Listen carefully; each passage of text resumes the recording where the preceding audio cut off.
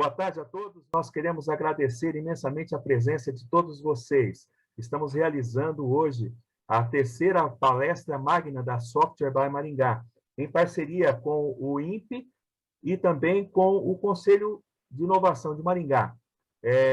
E nesse momento eu gostaria, hoje recebemos o Daniel Barros Júnior, que será apresentado mais à frente pelo nosso presidente, e o tema de hoje é pedidos de patente envolvendo invenções implementadas em computador versus registros de software, né?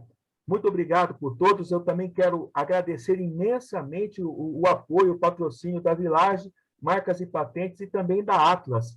Obrigado, Edmila, obrigado, Paulo, por nos apoiarem nesse evento. Eu gostaria agora de ouvir, um minutinho, o Marcelo Braga, em nome da SIM, né, que foi através dele que nós nos aproximamos do Rodrigo e através de uma conversa com o Marcelo, em um evento que nós participamos, é que surgiu essa demanda e essa ideia de nós fazermos o mês de maio todo dedicado a marcas e patentes. Lembrando que no dia 17/5 nós teremos o nosso Tech Series, que é a nossa segunda palestra, que é o nosso segundo evento oficial, né? Uma edição especial falando também a respeito de propriedade intelectual. Então, Marcelo, em nome do Centro de Inovação de Maringá, a palavra é sua. Beleza, João, boa tarde a todos. Fico muito feliz com esse evento, né? A propriedade intelectual é uma pauta que pelo SIM, em parceria, né, principalmente com a Atlas, a Edmila é sempre parceira, mas é uma temática que nós já trabalhamos aí há alguns anos, né? E ela tem um papel fundamental para qualquer empresa, mas principalmente para aquelas empresas que trabalham com inovação, né, que investem em pesquisa, desenvolvimento, porque a patente, ela gera uma série de benefícios, né? Então, o proprietário, ele tem exclusividade para comercializar, ele consegue captar recurso, ele consegue negociar melhor com o investidor. Então, é uma série de benefícios que o proprietário da patente, ele tem, né? Então, esse evento eu acho que é muito oportuno, principalmente porque quando a gente fala de patente, né, a gente pensa muito no produto, né, em algo material, e não é tão claro como que isso se encaixa com o software. Então, a minha expectativa está muito alta, né, para ouvir a palestra do Daniel, é um dos maiores especialistas do Brasil, da temática, e vai ser muito proveitoso. É importante ressaltar também que o NPI é um grande parceiro, né? Ele já vem desenvolvendo ações aqui em Maringá ao longo de pelo menos 3 anos, né? Inclusive, Maringá foi a cidade escolhida dentro do Paraná para rodar um programa piloto, né? Que é o Programa Piloto de Mentoria em Propriedade Industrial, está rodando aqui em Maringá, né? Então, agradeço imensamente todo o apoio que o INPI deu, né? Só contextualizando também, agora eu não faço mais parte do SIM, né? Eu me desliguei, né? Estou trabalhando numa empresa de TI, então foi até propício provocar esse evento, né? Porque agora eu já vou vir no sentido de ouvir e implementar isso dentro da empresa, né? Então acabou casando bem a situação. É isso, João. Obrigado. Joia, obrigado. Um grande abraço, Marcelo. E agora, com a palavra, o nosso presidente da Software by Maringá, Robinson Patrone. Com você, Patrone. Obrigado, João. Obrigado, Daniel. Você realmente já tem aí as suas credenciais expostas, né? Então, agradecendo aí a Ludmila da Atlas, né? Marcas e Patentes, uma parceira que está sempre com a gente. O Paulo Soares da Village, né? Obrigado, Paulo, Ludmila, Edmila, pelo patrocínio desse evento, né? Essa realização a várias mãos, né? Torna mais relevante, né? As nossas séries, né, as nossas palestras que nós temos feito aí ao longo desse ano já, e queremos trazer conteúdos tão bons quanto esse, né, de relevância realmente, para que os nossos associados, para que o APL de software de Maringá, para que outras empresas, porque quando a gente fala principalmente de marcas e patentes, de propriedade intelectual, como será a nossa próxima Tech Series, né, ela venha realmente a trazer benefícios e uma compreensão para os nossos associados, para os nossos parceiros aí de negócio que estão no mercado. Ontem nós estivemos na na prefeitura, com a entrega da pesquisa industrial, né, que foi feita para Maringá e região pelo IPLAN. A gente vê o crescimento pujante mesmo de Maringá em diversas áreas, né, e com muitos produtos novos sendo explorados, e principalmente com um grande crescimento regional e estadual, mas precisando de um crescimento nacional, com muito lugar para explorar ainda. Ou seja, às vezes se torna mais necessário ainda ter as nossas marcas fortalecidas, ter o registro dos nossos produtos, para que eles possam ser melhor divulgados e também apreciados aí num contexto de âmbito nacional. Agradecer o Daniel Barros, né, e apresentá-lo aí. O Daniel é formado em Engenharia Elétrica pela PUC do Rio Grande do Sul, ele tem mestrado em Engenharia Elétrica pela PUC também, e é um pesquisador em propriedade industrial no Instituto Nacional de Propriedade, o INPE, né? Ele já teve aí os seus predicados, né, abonados por alguns dos nossos ouvintes, e nós queremos agradecer, Daniel, a sua disponibilidade, o seu pronto atendimento, tá? Lamentamos o Rodrigo por uma infelicidade hoje, por falecimento na família, não estar conosco, mas na próxima ele estará com certeza, mas deixar o nosso agradecimento a ele aqui, porque ele que também nos ajudou, né, a propiciar esse momento. Obrigado, João William, pelo trabalho que tem dispensado, Marcelo Braga, pela parceria. Espero que ela não termine muito mais agora, né? Que nós possamos trazer novos anseios para que a gente possa trazer novas apresentações, novas palestras, né? Como essa que temos certeza que o Daniel vai nos dar hoje, tá? Daniel, o palco é seu, fica à vontade, e mais uma vez obrigado a todos, e vamos lá. Bom, eu primeiramente agradeço muito aí o pessoal da Software by Maringá, né? Ao senhor aí, o Robson, ao Marcelo pelas palavras aí, o Paulo também, muito obrigado.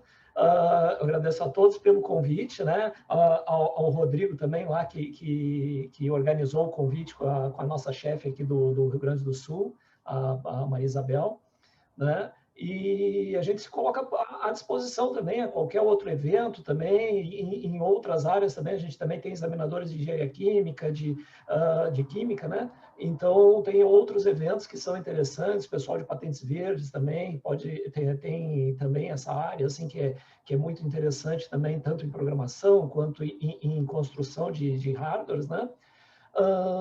Bom, agradeço muito a esse convite aí, e eu vou começar aqui compartilhando uma apresentação, e aí a gente já começa, né? E eu vou mostrar para vocês, tentar mostrar para vocês assim, a separação do o que é a patente em si mesmo e o que vai ser o registro do software, o que um vai proteger e o que o outro vai proteger. Certamente eu tento nessa apresentação, nessas primeiras apresentações, assim, eu tento reduzir muito a parte de legislação, porque a legislação ela é muito importante, cada detalhe, cada artigo vai ser importante, mas é importante também as pessoas incorporarem esse conhecimento e perceberem a necessidade de fazer a proteção. Porque o mais importante para o INPI é a pessoa conseguir vender aquele ativo, render dinheiro àquele dispositivo ou aquele programa, né? Não necessariamente, quero que registre o software, quero que faça o pedido de patente. Não é esse o objetivo. O objetivo é que aquilo renda dinheiro e não se perda dinheiro, né? Não tem uma perda de dinheiro pela não proteção, tá? Então, eu vou só compartilhar aqui a apresentação e aí depois a gente vai desenvolvendo mais adiante aqui. Só um instantinho. Já vocês conseguem enxergar? Por favor. Estamos enxergando. Beleza, tá. Bom, então aqui, eu vou vendo aqui, o primeiro pedaço aqui, pedidos de patente envolvendo invenções implementadas em computador versus registro de software. Bom, o que seria isso?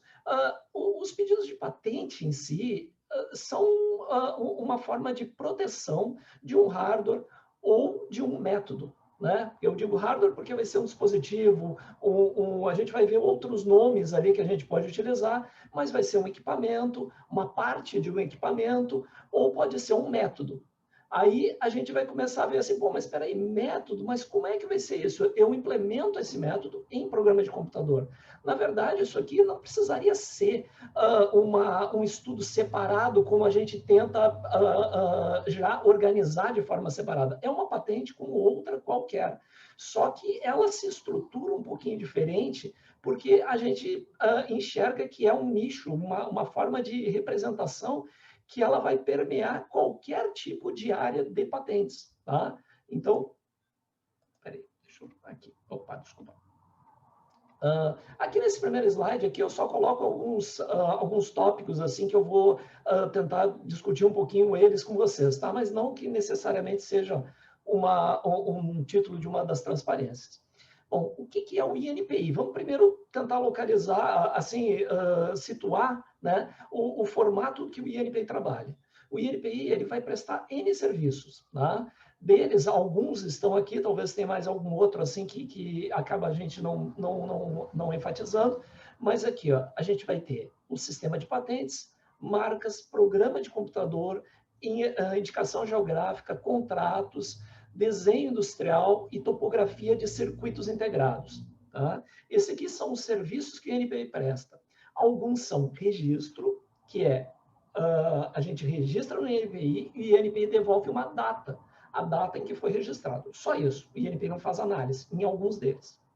Em outros, a gente faz o depósito, tá? Alguns podem entender na literatura, podem enxergar como registro do depósito, mas normalmente a gente tenta tirar essa parte de registro porque acaba aparecendo assim que é só um registro. Não. A patente, por exemplo, ela vai ter um exame que vai ser feito sobre ela. O programa de computador é um registro. Então, quer dizer, o INPI, ele não avalia o programa de computador, ele aceita o registro do programa de computador e verifica alguns itens, né, que tem que estar presentes naquele registro para que o INPI garanta aquela data de registro. A patente não. A patente vai ser um depósito, vão ter N etapas do trâmite e ele vai ser analisado e vai ser concedido ao final, né, se for aprovado, vai ser concedido o direito de exploração daquele ativo, daquele conteúdo, daquele objeto, né, em que a patente se desenvolve. Tá? Bom, então vamos ver aqui as vantagens das proteções. Tá?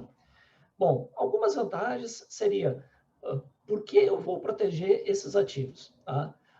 Fortalecer a posição no mercado, retorno dos investimentos, segurança jurídica, aumento do poder de negociação, porque a minha empresa vai ter mais ativo, ela vai ter um aumento de poder de negociação, a imagem positiva da empresa, porque daí eu vou ver assim, aquela empresa, ela protege os seus ativos. Se chegar uma empresa maior e comprar aquela empresa, ela sabe que aquela empresa tem vários ativos protegidos. Então, quer dizer, aquela empresa é uma empresa que se preocupa em proteger o conhecimento que é gerado dentro dela. Oportunidades de licenciamento ou venda, né, ou vender a invenção, proteção dos direitos e direitos exclusivos. O que acontece? Muita gente começa a pensar sempre na patente como uma forma de proibir outros. Realmente, no direito, ela trabalha com essa ideia mesmo. A pessoa que ganha uma patente, né, que tem uma patente aprovada, ela vai ter o direito de proibir outros de fabricarem aquilo, de vender aquilo sem consentimento dela. Mas, num primeiro momento, a patente ou qualquer um dos ativos que o INPI protege, né, das formas que o INPI protege, isso é um direito de proteção. Então, o primeiro momento é a proteção. Tá? A gente vai entendendo isso melhor mais adiante aqui. Algumas legislações que vão ser utilizadas aqui, tá? Vai ser a própria Constituição, ela é muito importante nessa proteção, a Lei de Direito Autoral, a Lei de Software e a LPI, que é a própria legislação que o INPI usa como base para a proteção industrial. Tá? Bom, aqui. Patente de software. Muita gente começa fala assim, né? Ah, não pode ter patente de software. As patentes de software elas não podem existir porque como é que vai proteger uma patente que é um software? Mas o que acontece? O INPI não concede patentes de software. É vamos dizer assim, é uma forma equivocada de falar do termo de proteção, porque na própria lei a gente vai encontrar na LPI o artigo 10, né, o inciso 5º aqui, não se concede patentes para software no INPI, tá? Isso é um ponto. Aí agora vamos entendendo o que é que a gente pode conceder, o que a gente tem que conceder, tá? O INPI ele adota, tá? A expressão patentes envolvendo invenções implementadas em computador, tá? Na diretriz anterior até falava implementadas em programa de computador. Na diretriz nova mudou um pouquinho e ficou patentes envolvendo invenções implementadas em computador.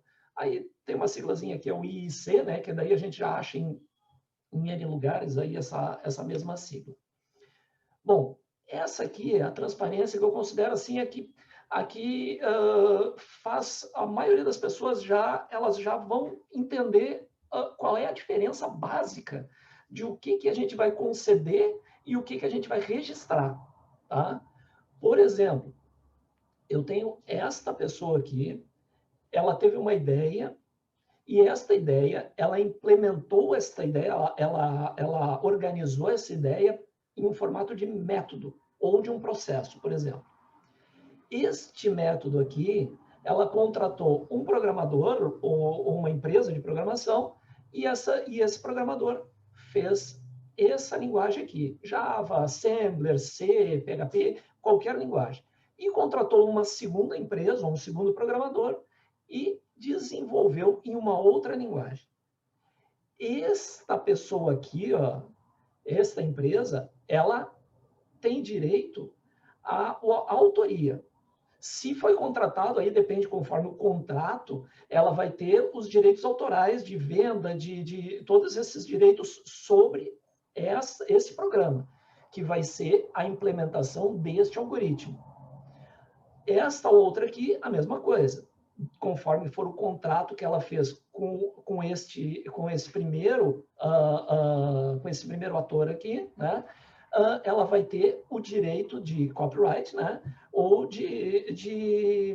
o autor, né? A autoria, certamente, ela vai ter, porque é dela. Isso não tem como discutir.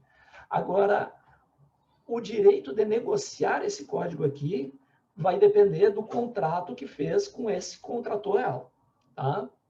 Agora, este algoritmo é um método ou um processo, tá?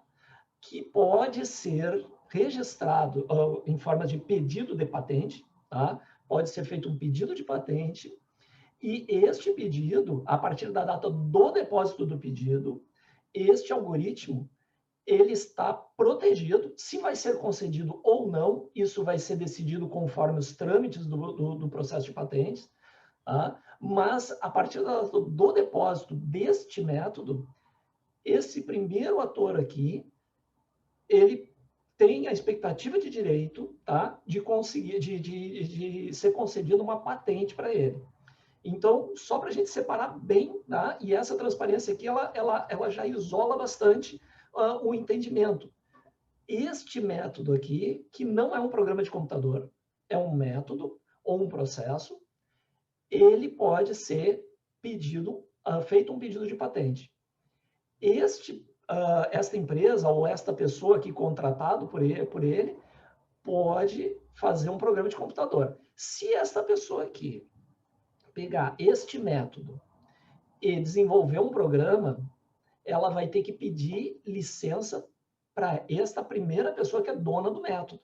Tá? Aí a gente vai ver, mas aí são coisas que vão ser, se não pediu licença, se pediu, aí são outros detalhes. A gente vai vendo mais adiante e a gente vai entendendo melhor, mas aqui a gente já separa um primeiro momento.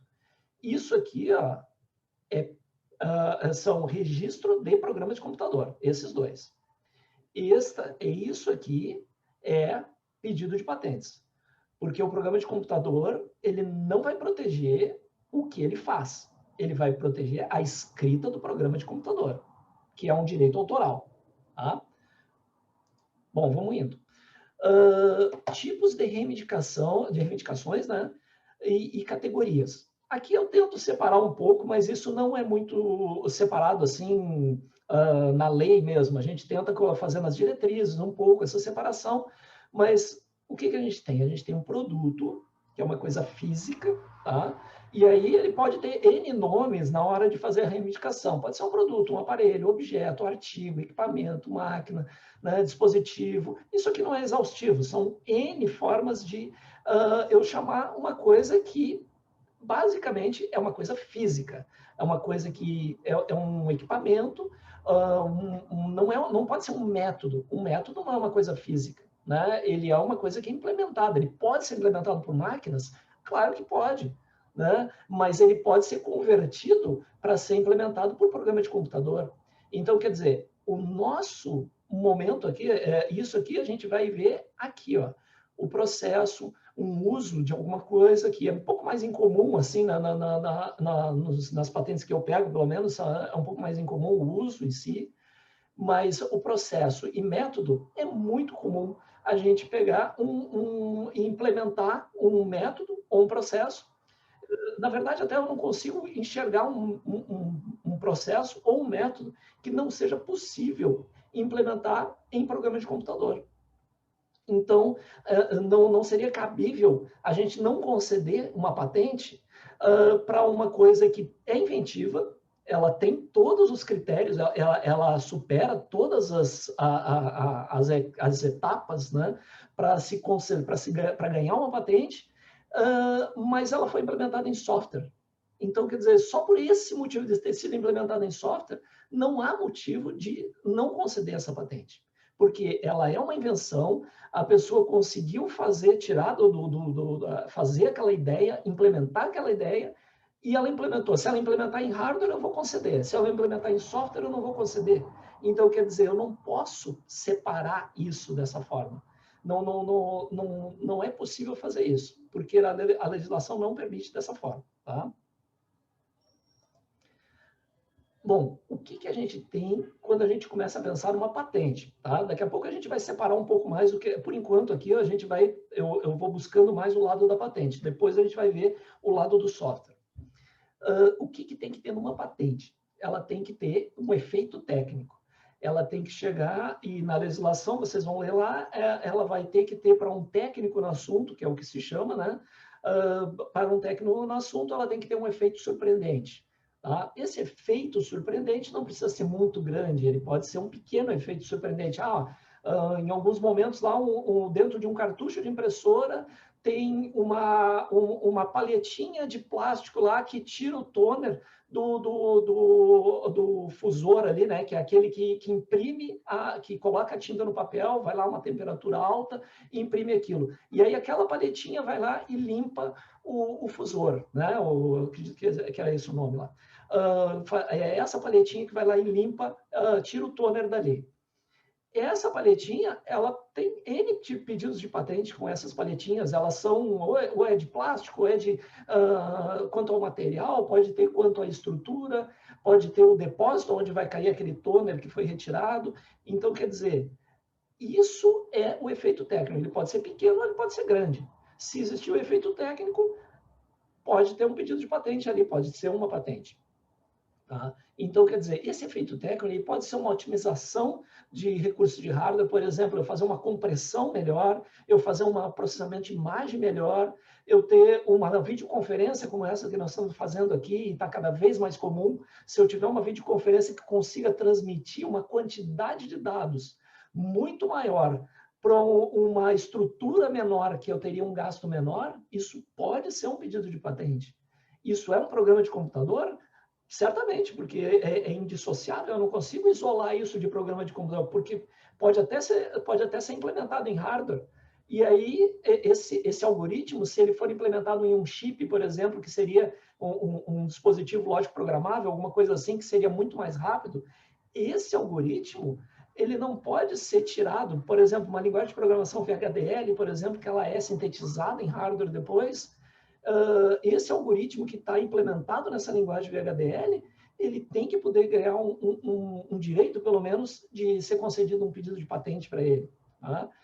Aperfeiçoamento de interface com o usuário, que não seja meramente estética, porque isso daí tem um artigo da lei que não permite a parte estética. A integridade de bancos de dados, então, quer dizer, algoritmos que vão garantir a integridade de bancos de dados também podem ser pedidos de patente. Gerenciamento de arquivos e impressão, otimização de acesso à base de dados, compressão de dados, N coisas que aqui, a maioria deles aqui, a gente vai ver que são coisas que a gente não consegue, até é difícil entender elas como não sendo implementadas em software, em programa de computador. Bom, aqui é só nem é uma forma muito, vamos dizer assim, exaustiva aqui de definir algoritmo, né? Seria só a ideia é dizer assim, olha, o algoritmo são passos lógicos que quando a gente for traduzir para um sistema, para o nosso sistema de patentes, esse algoritmo a gente vai reivindicar ele como um método ou como parte de um processo, como um processo, né? Então, isso é só uma definição assim que a gente tenta trazer para dentro do universo de patentes, tá? Mas é só para dizer assim, eu vou ter um algoritmo. Bom, para nós, dentro do sistema de patentes, esse algoritmo ele vai ser traduzido como um método ou um processo. Tá? Software embarcado. Isso é uma outra coisa assim que eu escuto bastante as pessoas falarem assim, né?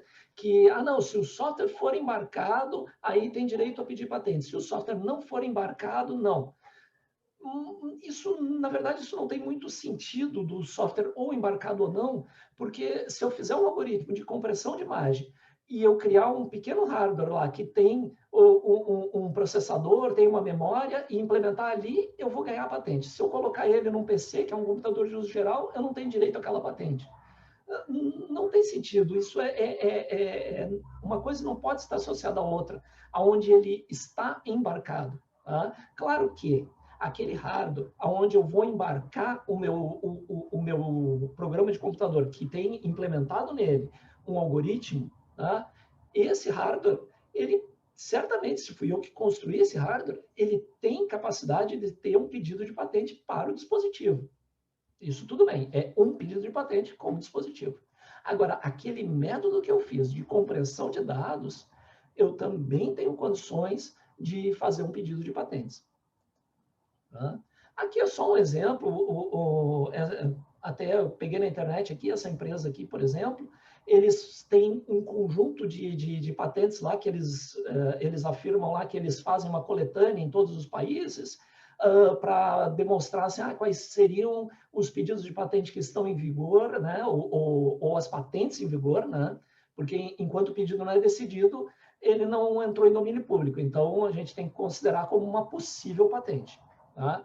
Então, eu tenho as patentes e tenho os pedidos de patente. Então, aqui eles colocam aqui as datas que vai expirar essa patente e eles dizem aqui, né, no site deles lá, que eles tentam organizar esses pedidos para que alguém que queira fazer licenciar um MPEG, ele saiba quais são as patentes que ele precisa pedir o licenciamento, tá? Não, sinceramente, eu só peguei na internet esse site aqui para mostrar que dentro de um dispositivo que pega um MPEG, por exemplo, podem ter N patentes, cada uma de um pedacinho daquilo. Tá? E se a gente vai fazer um licenciamento, a gente vai precisar licenciar todas as etapas desse processo. E esse licenciamento não é com o código de programa de computador. Esse licenciamento, ele faz parte dos algoritmos que foram utilizados para fazer aquela compressão. Aqui, por exemplo, tem uma figura que um BMP, né, e um JPG, e o BMP é 9 vezes maior do que o JPG. Aí a gente faz a pergunta, o algoritmo que conseguiu deixar essa imagem, para mim, exatamente igual à imagem do lado, e reduziu ele em 9 vezes, ele é só um software, não que só software seja pouco, né? Claro que programação dá bastante trabalho e tudo mais, assim, mas ele pode ser considerado como sendo um software ou ele tem que ser considerado como sendo uma invenção, né? Essa é a pergunta que a gente tem que botar, que a gente tem que ver.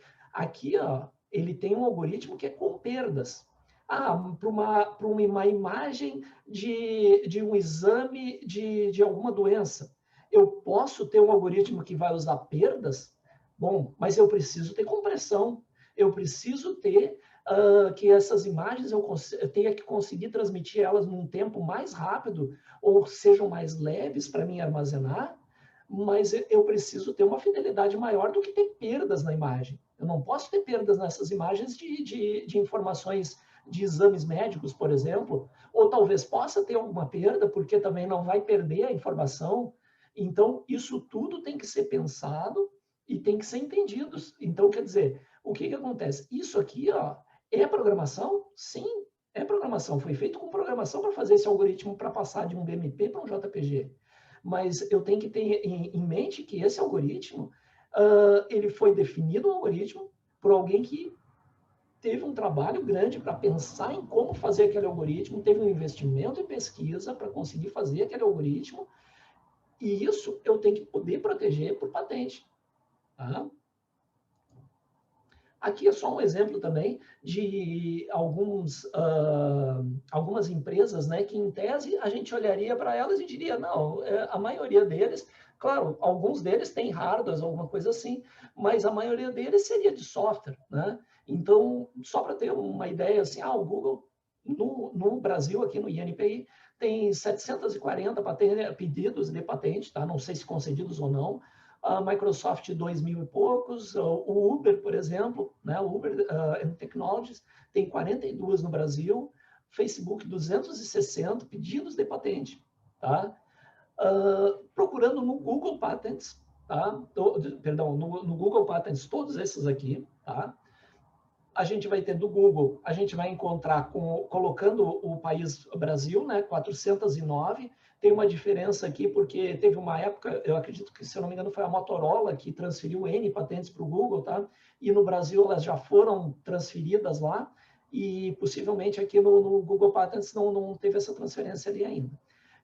Mas no mundo, ó, o Google, por exemplo, tem 62 mil. Muitas vão ser repetidas, tá? Porque elas estão em N países e a patente é uma concessão territorial. Então, quer dizer, se eu peço uma patente no Brasil, eu tenho que pedir essa mesma patente nos Estados Unidos, tenho que pedir na Europa para mim garantir aquele mercado, tá? Depois, mais adiante, a gente olha um pouquinho melhor isso. Microsoft, 119 mil, né? O Uber, que é uma coisa assim que, em tese, para mim, assim, eu entendo eles como sendo N dispositivos, N formas de software, mas métodos e procedimentos, mas o objetivo principal deles é transferir uma pessoa A para um ponto B, né? E N outras características ali. Mas o campo de pedidos de patente é bastante grande, assim mesmo assim. Tá? Bom, aqui eu divido um pouquinho, o registro de programa de computador. Agora aqui, essa transparência aqui, ó, ela é muito importante quando a gente fala em termos do registro do programa de computador.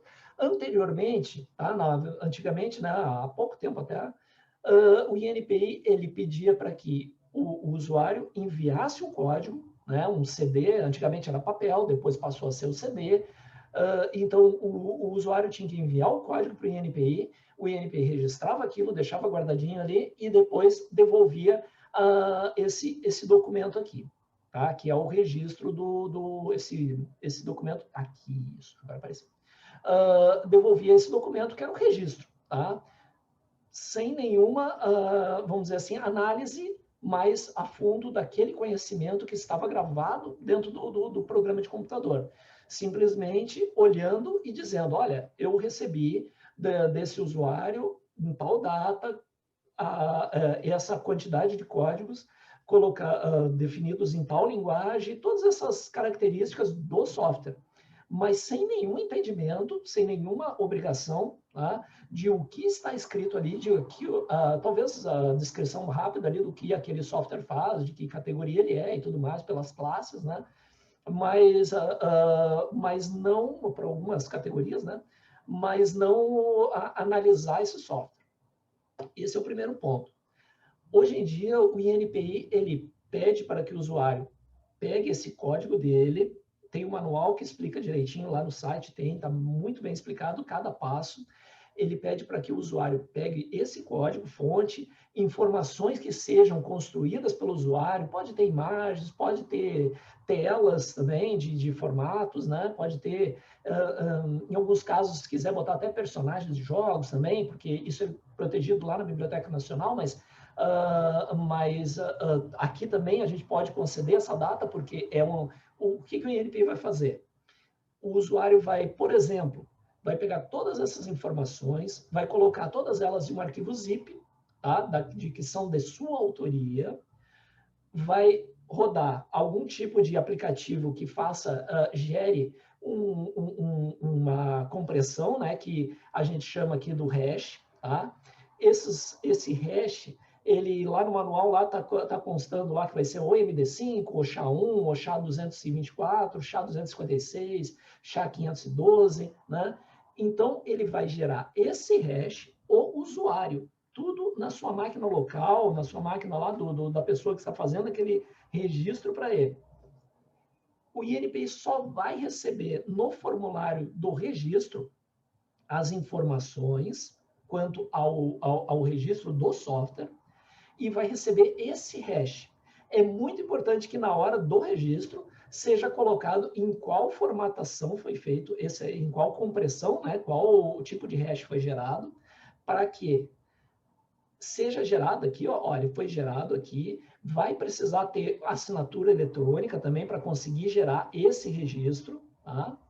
Aí faz a assinatura eletrônica e em até 7 dias, ou talvez mais aqui, o INPI em princípio garante que serão 7 dias, mas aí às vezes tem algum feriado, alguma coisa assim, a pessoa vai receber esse registro feito pelo INPI. O que esse registro vai garantir para o usuário? Ele vai garantir que para aquele hash, o INPI recebeu aquela informação do hash e algumas informações daquele programa que foi registrado no INPI e uma data, que é a data do registro. Naquele documento do registro que o INPI fornece, tem o hash, tem essas informações básicas, né, que linguagem que foi feito, o que o usuário está afirmando que foi feito, né, e a data.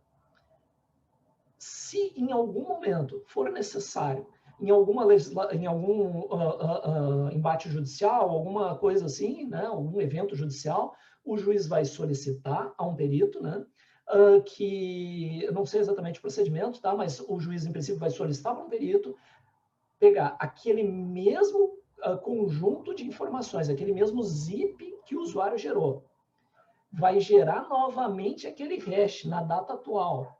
Se aquele hash bater, né, for compatível com o hash que estiver no registro que o INPI forneceu, o que vai acontecer? Vai bater uma informação com a outra. Hoje, há 10 anos atrás, ou há 5 anos atrás, sei lá, o usuário gerou um hash baseado naquele zip, por exemplo, né, um zip.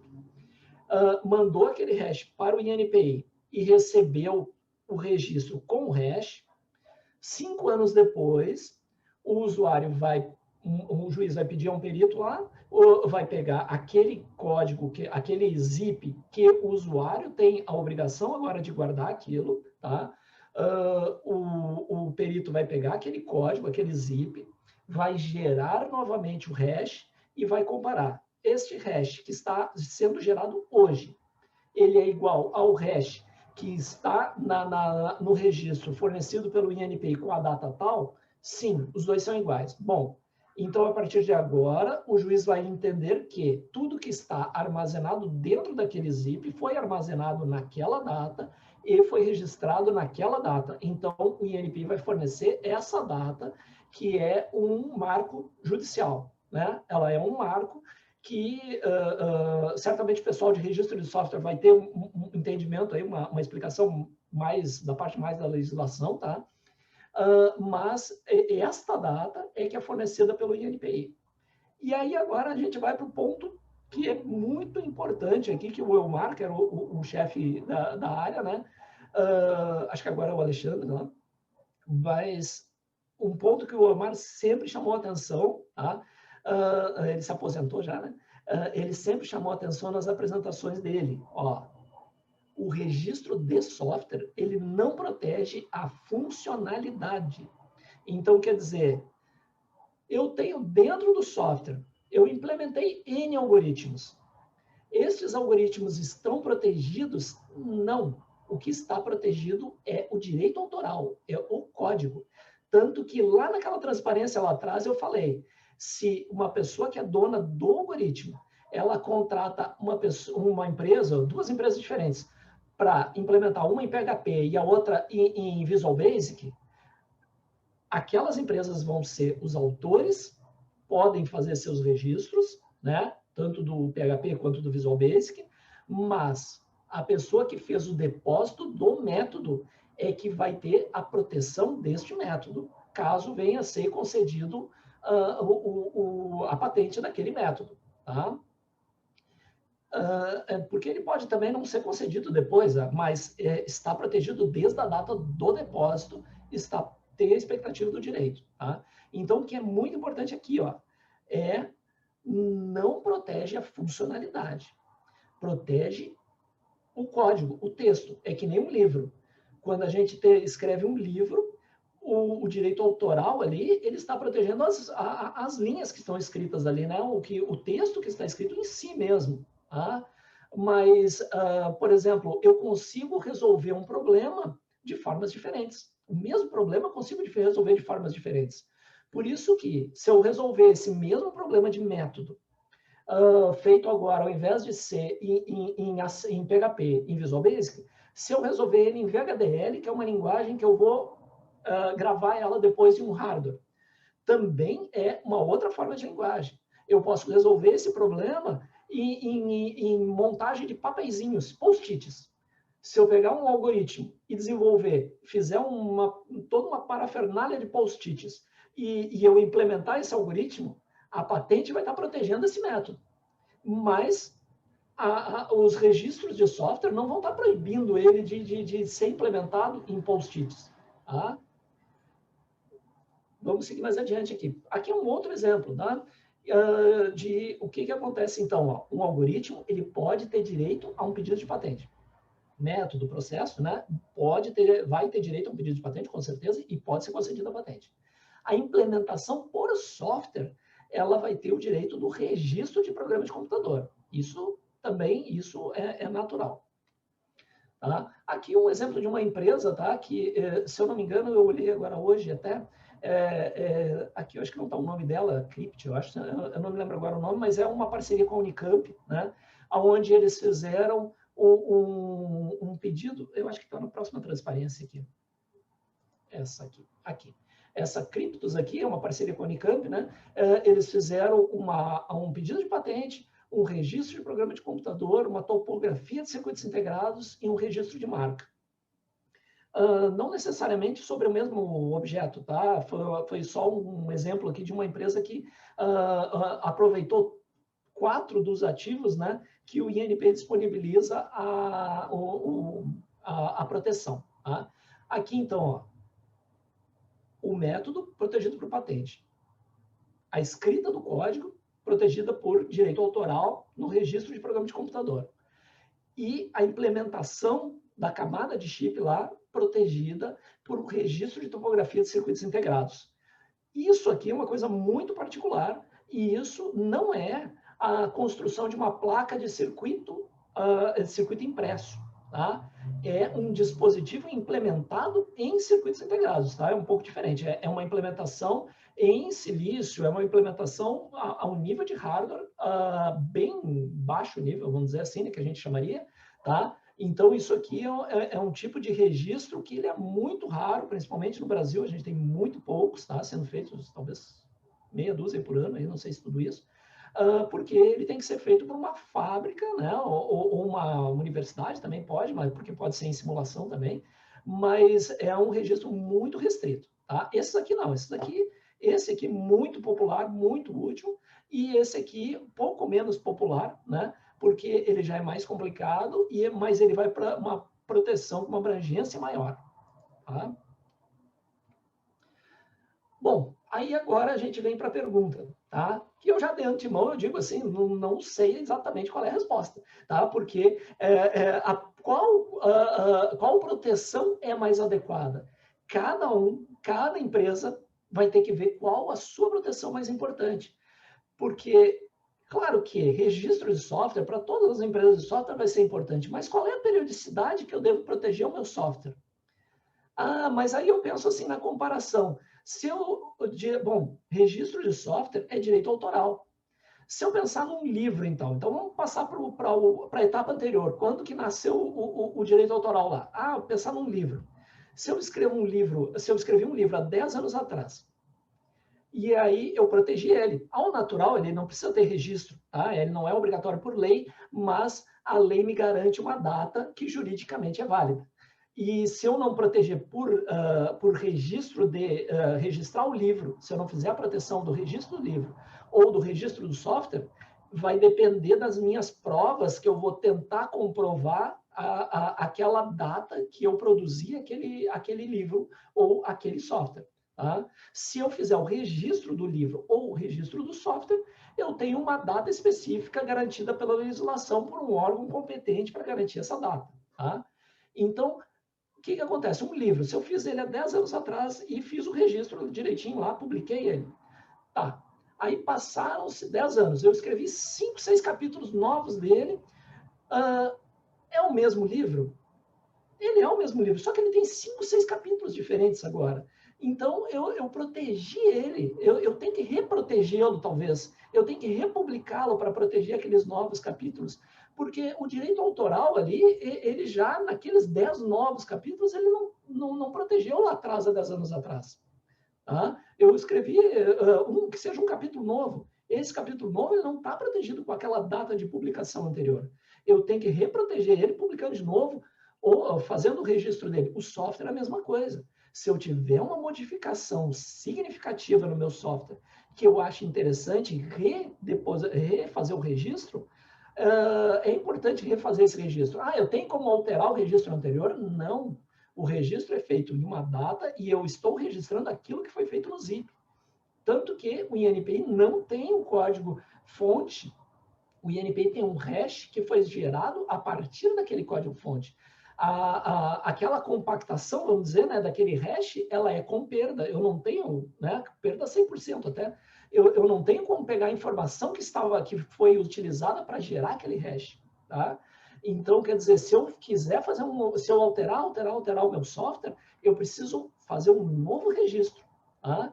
Claro que aí eu vou ver por isso que eu digo aqui, ó, qual a proteção é mais adequada e quando ela é mais adequada também. Porque esse registro de software, periodicamente eu vou ter que fazer. Aí eu vou ter que ver com a minha empresa, bom, mas quando que seria necessário? Ah, talvez 6 meses? Talvez 2 anos? Não sei, vai ter que se ver a política da empresa, tá? E aí tem que ver o custo e tudo mais. O custo, ele não é alto, né, em termos de taxas, né? Mas depois eu vou falar mais adiante ali que, pelo menos nas primeiras vezes, é importante ter alguém para auxiliar isso, tá? Aí depois a gente tem também outros tipos de ativos que o INPI vai fornecer, assim, né? O desenho industrial, ele vai servir para proteger aquelas formações, aquelas imagens, né, que não são meramente estéticas, tá? A marca também, ela é muito importante ser protegida, porque as pessoas que não protegem a marca, é aquele momento assim que, não, mas vai ser caro, eu não vou fazer a proteção da marca. Vai chegar num momento que a marca ela tá valendo, ela vale mais do que todo o resto do ativo da empresa. E aí alguém vem e vai lá e registra aquela marca.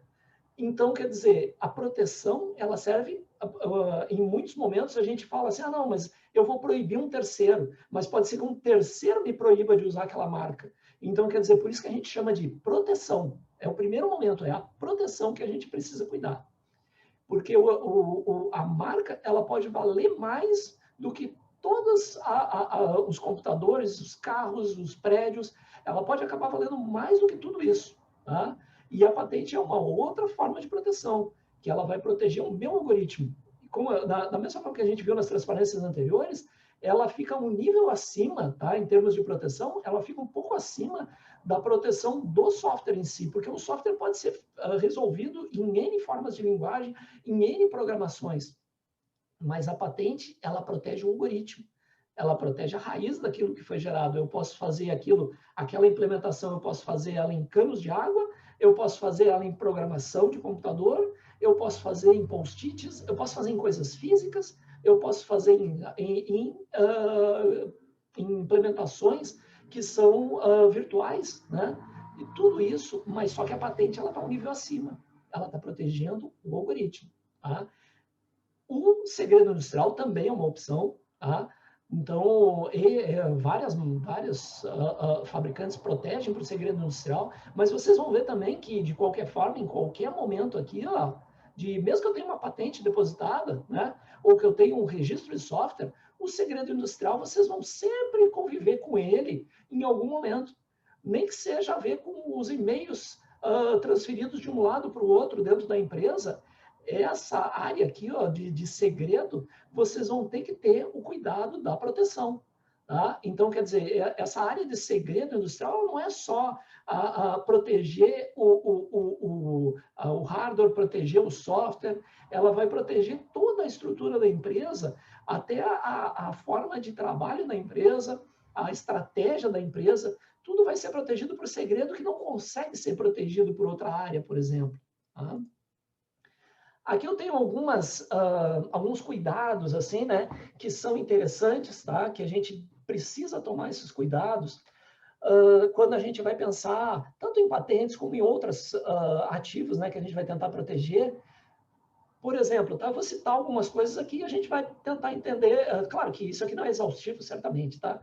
Mas, ó, primeiro, procure ajuda para redigir o primeiro pedido de patente, pelo menos o primeiro, porque ele tem uma estrutura diferenciada. Por exemplo, o pessoal de universidade costuma fazer um artigo, ele tem um formato, mas o pedido de patente ele tem outro formato, ele tem características que são interessantes. O INPI tem, dentro do site dele, tem, por exemplo, o projeto Minha Primeira Patente lá. Ele não é exaustivo também, talvez até algumas patentes não se encaixem nas patentes que vão se encaixar mais para vocês, mas ele é um começo, tá? É uma parte importante. Tá? Faça uma busca ampla sobre o objeto da patente. Então, quer dizer, falando mais em patente agora, o que eu quero proteger? Aquele algoritmo que eu quero proteger. Bom, mas será que ele já não existe? Será que eu estou fazendo uma coisa que, quem sabe, se eu procurar no universo das patentes, no universo das publicações, eu não vou achar alguma coisa que eu posso já começar, não partir do zero, partir dali e ir para adiante? Será que aquilo já não é de dono, já não é propriedade de alguém? Isso é uma pergunta importante também para ser feita. Então, quer dizer, a busca é um universo novo que se abre, né? Que a gente tem que utilizar, que é importante a gente criar esse hábito de utilizar. Tá? Lembre-se também, tá? Uma coisa que... Esse é muito importante. Ó, quer dizer, não que os outros não sejam importantes, mas esse é muito interessante. Lembre-se, só os inventores, né, sabem realmente o que tem de novo no pedido de patente. Tá? Então, quer dizer, eles têm que saber pedir aquilo que eles estão inovando, aquilo que saiu realmente da invenção deles. Tá? Colabore ativamente na escrita do pedido de patente. A gente fala isso muito para o pessoal de NITs, para o pessoal de universidades, né, que eles trabalham com os NITs, pode ser os escritórios também, porque o escritório, por exemplo, ele tem os seus técnicos, às vezes ele tem o pessoal lá da engenharia, das áreas... humanas até, de outras áreas assim que vão ajudar a escrever um pedido de patentes, mas ele não tem o conhecimento, que nem eu disse aqui antes, ó, o inventor, ele é o único que sabe exatamente o que está sendo de novo ali, que está sendo de novo naquele pedido de patente. Então, é importante ajudar a escrever esse pedido de patente, tem que definir claramente quem são os inventores, tá? Isso é muito importante, porque os autores de um software, por exemplo, que é no caso mais de vocês, o autor de um software acaba sendo fácil a gente achar, porque é quem foi contratado, o autor é quem escreveu. Mas quem colaborou junto? Qual é o percentual desses autores? Como é que eu fiz o pedido para que aquela pessoa escreva? É tudo meu? É um pouco dele? quanto é isso, tá? Esses contratos, eles são importantes. Eu até vou dizer assim, talvez pedido de patente ou um software que foi contratado mais particionado, isso talvez seja mais importante dizer, ter esses contratos, né, mais explícitos para dizer quais são os percentuais, para ser mais específico isso. Porque, por exemplo, numa patente, né, a gente tem aquela coisa assim, a patente, não, eu fiz um depósito de uma patente lá e tem 15 pessoas junto. Beleza, mas qual é o percentual de cada um? Não, isso aí a gente decide depois. Bom, depois da patente dar certo, tá? De a gente ter um licenciamento, por exemplo, para uma empresa grande, para um tipo de fabricante, ou conseguir adquirir uma parceria, tá, aí a parceria vai chegar e vai dizer, não, tá, eu quero fazer uma parceria com vocês com essa patente e tudo mais, mas qual é o percentual? Para que empresa eu forneço tal valor, tal valor? Não, para mim é mais, para mim é menos, né? Então, quer dizer, essa discussão, ela vai acontecer depois. E isso é um problema. Então, quer dizer, por isso que a gente tenta orientar, assim, os contratos são muito importantes, os percentuais, os detalhes, assim, de como é que vai ser esse contrato, tá? Às vezes é complicado, sim, tá? Não tem como dizer que não vai ser complicado, mas uma orientação, ter um contrato é muito melhor que não ter nada, né? Então, é importante a gente tomar esses cuidados aqui, tá? Aqueles contratos de confidencialidade também, quando vocês trabalham com software, né? A pessoa ela vai sair da empresa de vocês e ela vai levar aquele conhecimento, talvez não o código, porque ela sabe que não pode, mas ela pode pegar aquele código e fazer em outra linguagem de programação, se ela mudar o suficiente para que um juiz depois, mais adiante, diga assim, não, mas olha, isso não é plágio, né? Se ela mudar o suficiente para fazer isso, ela, talvez num contrato isso possa ser visto, tá? Então, quer dizer, tudo é uma coisa para a se pensar, tá? Talvez em alguns momentos assim, a gente não precisa ser tão rígido nisso, né? Porque também a gente vai engessar tudo, mas tem que ter alguns cuidados, tem que pensar nisso, talvez em algum momento, tá? Tenha muita atenção, agora falando em patentes, mais especificamente, né? Tenha muita atenção na escrita das reivindicações, tá?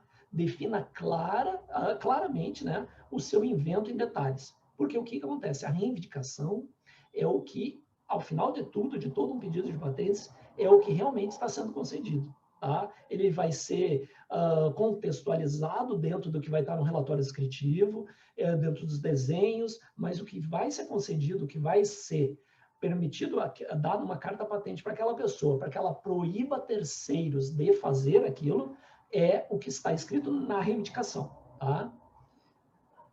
Tenha em mente, né? Aqui é mais para o pessoal também, de novo, pessoal de universidades também, tá?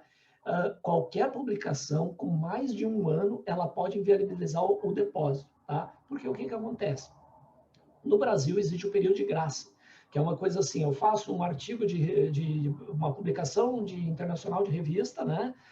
Da parte acadêmica, normalmente, ou faço algum tipo de publicação, e esta publicação, o autor que fizer esta publicação, ele tem até um ano para fazer o depósito da patente dele, que tenha a mesma estrutura daquela publicação. Tá?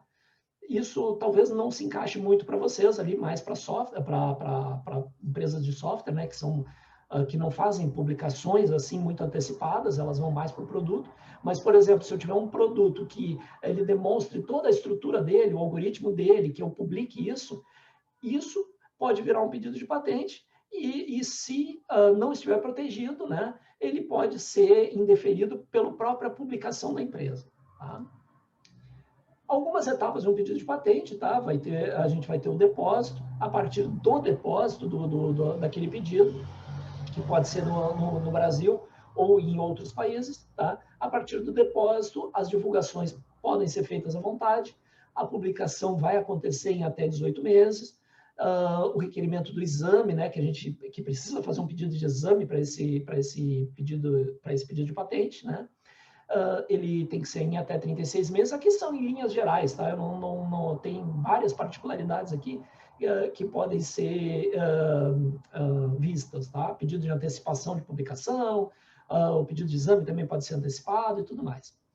A decisão do INPI, e aí depois tem os prazos para recursos, nulidades, né, daquele pedido de patente, tá? Bom, algumas expectativas, né, que a gente tem mais para o futuro, assim, né, quanto a esse aumento de pedido de patente ou de registro de software, né, o aumento no uso de aplicativos, cada vez mais as pessoas estão utilizando aplicativos, a integração entre a universidade e a indústria, isso também é muito importante, a internet das coisas, por exemplo, né, que é uma, vamos dizer assim, uma estrutura que muitas empresas estão tentando investir nisso, tá? Não é uma coisa muito nova, tá? Mas ela atualmente ela está ganhando muita força, tá? E a gente não, o Brasil não pode perder esse âmbito aqui, né, de trabalhar com isso. Tá? Sistemas de transmissão de dados, métodos que tenham algum efeito técnico, algoritmos de segurança e compressão, popularização do home office. A popularização do home office ela tem trazido problemas de segurança, tem trazido problemas de conexão, né?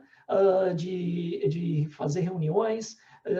Todos esses problemas, as pessoas vão resolver esses problemas e em formas diferentes. Tá?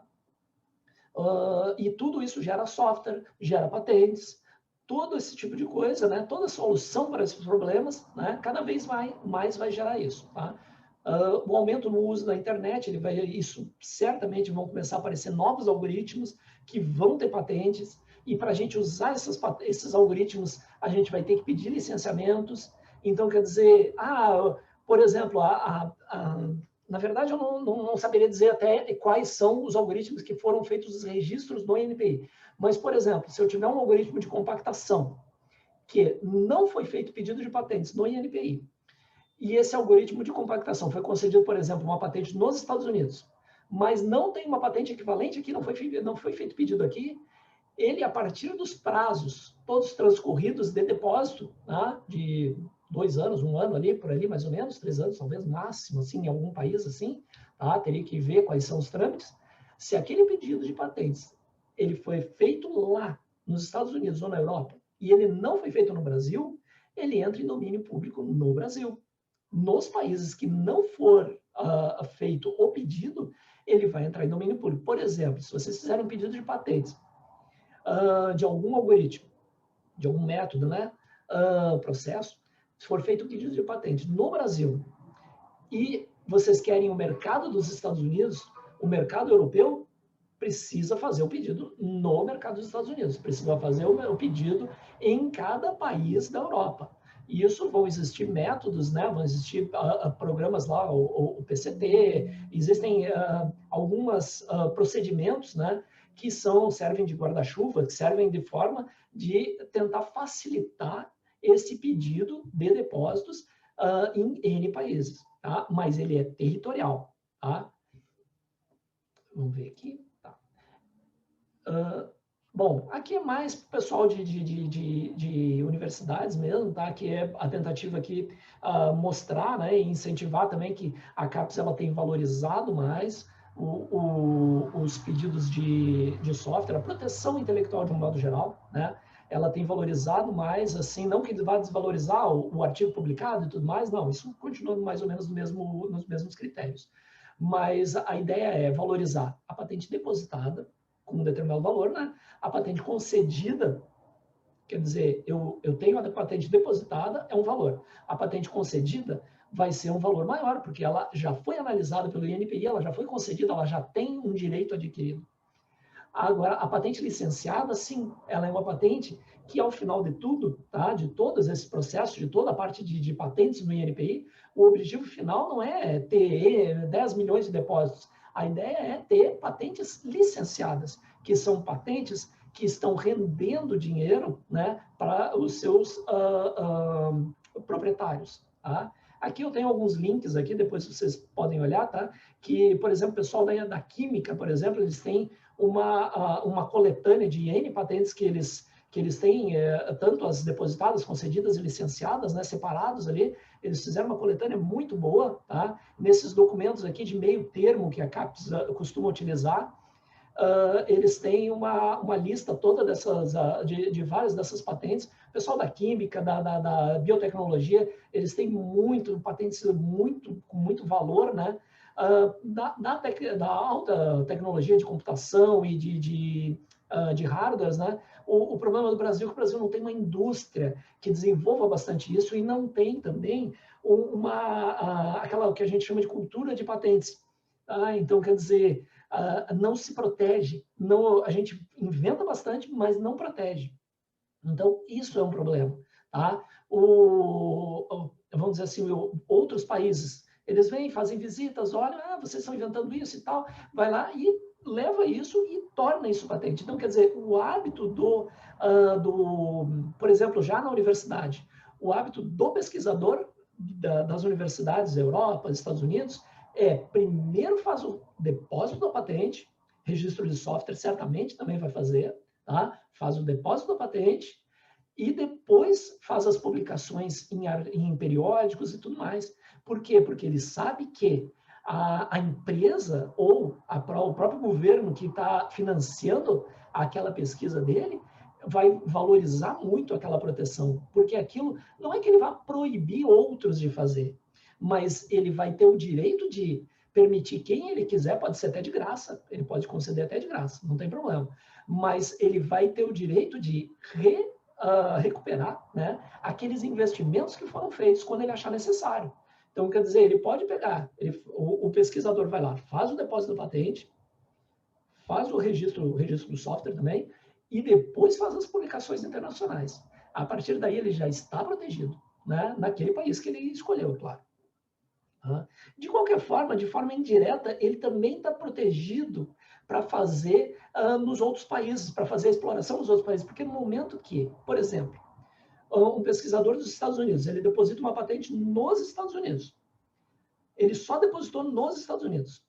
Ele vai lá, faz a publicação dele, faz o produto dele, faz a venda dele. Ele vai querer vender para o Brasil? Não tem problema nenhum, porque não vai existir um outro dono de patente no Brasil. Claro, no Brasil, outros vão poder fabricar e vender aquele mesmo produto? Sim, sem problema nenhum, porque não vão estar infringindo a patente dele, porque a patente dele é territorial nos Estados Unidos.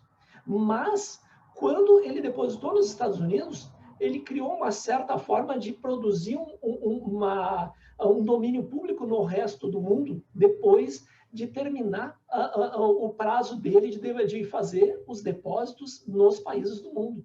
Tá? Então, ele criou uma certa forma de proteger que ele também vai não proteger o mercado de proibir outros, mas ele vai proteger de outros não conseguirem proibir ele de vender nos outros mercados. Tá? Então, a forma de ele, eu não previa que o Brasil seria um mercado para mim, mas, de qualquer forma, eu posso vender lá. O meu produto é melhor que os outros que estão fabricando lá. Os outros vão poder fabricar lá e eu não vou poder proibir eles?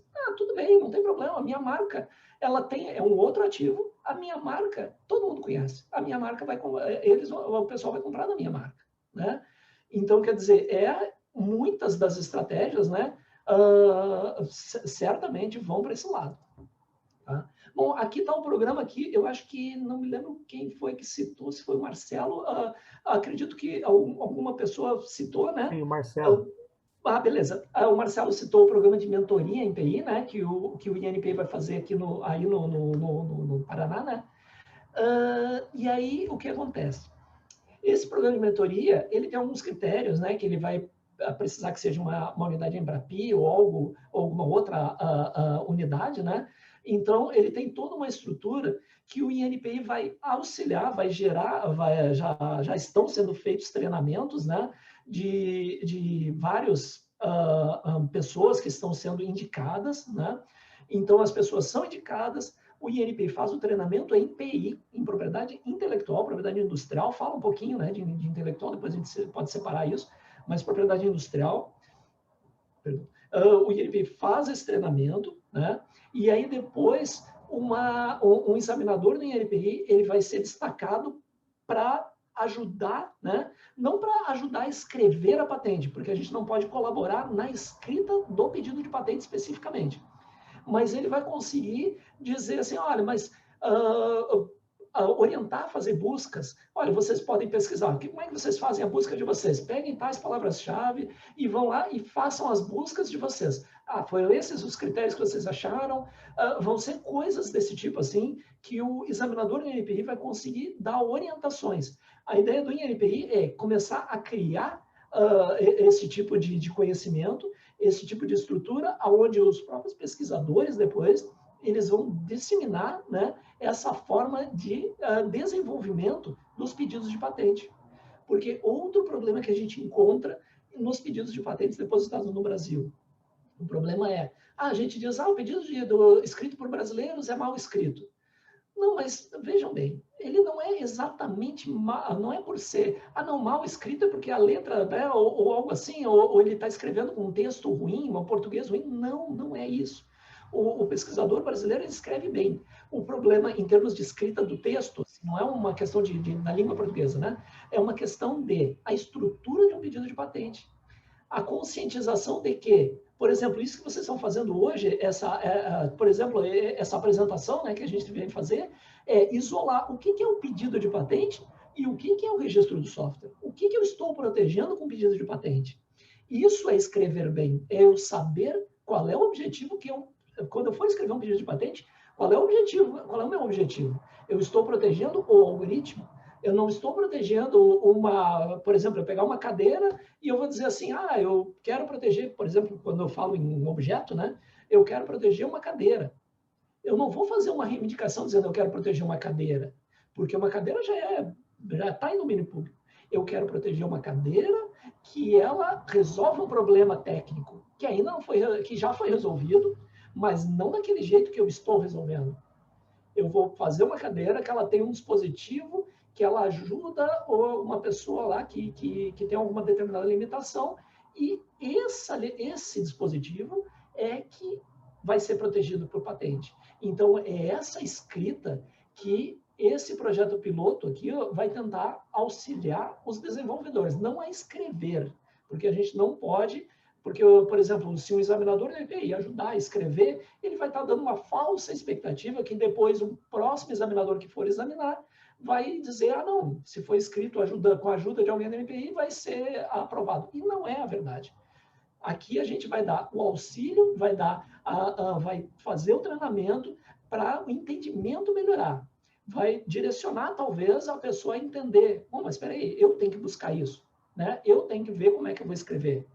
E aí, essa escrita vai ser uma escrita que vai ser mais correta, tanto para fazer o depósito no Brasil, quanto para fazer a tradução e depósito em N países, para explorar mercados fora do país.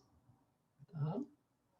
Aqui são os vários projetos prioritários, e aí não precisa ser dentro do programa de mentoria. Isso daqui são N formas de trâmites prioritários, tá? Que cada um pode ver aqui se encaixar dentro desse trâmite prioritário. A pessoa deposita, faz o pedido de patente, né? Faz o depósito, e aí depois, se encaixar nesse trâmite prioritário, em algum desses aqui, a pessoa pode fazer essa solicitação. Alguns são gratuitos, outros têm alguma taxa, né? E aí a pessoa vai conseguir fazer o seu pedido de exame antes, tá? Vai conseguir obter o seu pedido de exame antes. Bom, aqui, essa apresentação ela vai ficar depois para vocês, né? Acho que no YouTube também depois, né? E aí aqui, isso aqui são alguns sites que eu separei para vocês, não é exaustivo, existem N sites, onde é muito interessante. Aí não interessa se é acadêmico, se é industrial, se é a pessoa que gostaria de fazer uma invenção, um CPF, né? Que a gente chama. Aqui é importantíssimo a pessoa ir buscar o que já existe. Porque normalmente a gente procura no Google, isso aqui existe, não existe, mas a gente não vai a fundo no sistema de patentes, tá? E no sistema de patentes, ele tem uma quantidade gigantesca de informações. Então, duas coisas. A gente pode fazer essa busca, tá? Para encontrar, para a gente não partir do zero em alguma coisa, ou para a gente não infringir o que já é de propriedade de alguém.